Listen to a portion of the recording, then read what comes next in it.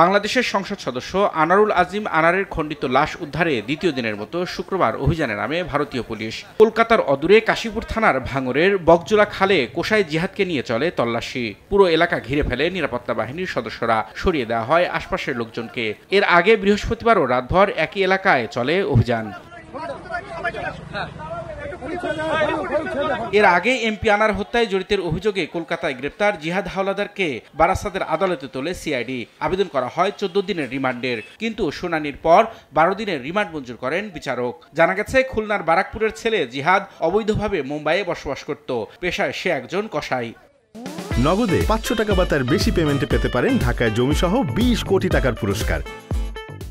যেটা নৃশংস হত্যা, এই নৃশংস হত্যা ক্ষেত্রে এদের অ্যাকচুয়ালি যে ঘটনা অদূর ভবিষ্যতে ঘটতে চলেছে আপনারাও দেখতে পাবে। এদেরকে খুব যাবজ্জীবন কারাদণ্ড, অর্থাৎ till the last breadth of their life, মৃত্যুর আগের দিন পর্যন্ত হয়তো কারাবাস করতে হবে, আর না হলে ফাঁসি হবে। সিআইডির প্রাথমিক জিজ্ঞাসাবাদে জিহাদ জানায় 2 মাস আগে এমপি আনারকে হত্যার জন্য তাকে কলকাতায় আনে আক্তারুজ্জামান শাহিন। খুনের সময় আরও 4 জন বাংলাদেশি ওই ফ্ল্যাটে ছিলেন। কিলিং মিশন শেষে মরদেহ টুকরো টুকরো করে ব্যাগে ভরে গুম করা হয়।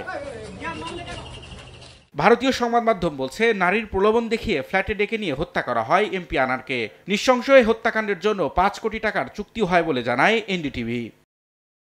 রবিউল ইসলাম আওলাদ, সময় সংবাদ।